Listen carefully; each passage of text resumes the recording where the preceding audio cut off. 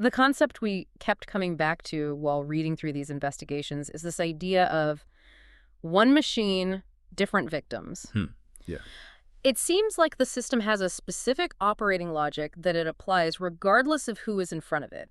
It operates outward against Ukrainian civilians, which, we see in the headlines. We do. But what really shocked me in these documents is how it operates inward, with equal brutality against its own Russian soldiers. That is the key insight.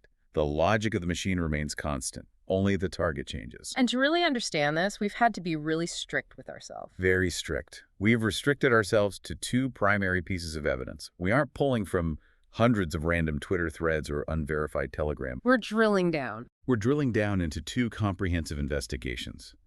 The first is a video testimony from a Russian soldier, Junior Sergeant Denis Kolesnikov of Regiment 1435, which appeared on Denis Kolesnikov's channel. And the second is the Kyiv Independent documentary titled Inside Russia's System of Torture. And that's it. Those are our anchors. These are our anchors. If it's not in these documents, we aren't discussing it. The mission for this deep dive is to look past the maps and the strategy and understand the human reality. How does this system assert control? How does it use fear? How does it use financial extortion? We're going to strip away the euphemisms and look at the mechanics. Let's start with the internal view, the view from inside the Russian army. Okay. Let's unpack this first investigation. We are looking at testimony concerning Regiment 1435. The central figure here is Junior Sergeant Denis Kolesnikov. Now, before we get into the specifics of what he says, we have to talk about the source. Context is everything here. It is. This isn't a prisoner of war reading a script written by his captors in some clean room. This is something else entirely. No. And that is absolutely critical for the credibility of this evidence. This testimony was recorded by Vladimir Romanov. And Romanov is... Now, for those who don't follow the deep weeds of the Russian information space, Romanov is a vonkor, a war correspondent. A war correspondent. But he's not an independent journalist in the Western sense. Not at all. He is pro-war. He supports the invasion.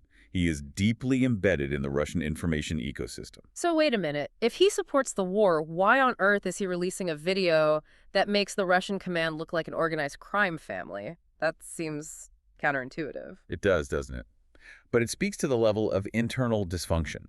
Romanov published this not to help Ukraine, but because the internal rot had become so undeniable, so catastrophic to their own operations, that he felt compelled to document it. He's blowing the whistle on his own side. He's essentially whistleblowing from the right. He's saying, look at what our own commanders are doing to our men. Denis Kolesnikov then analyzed this footage.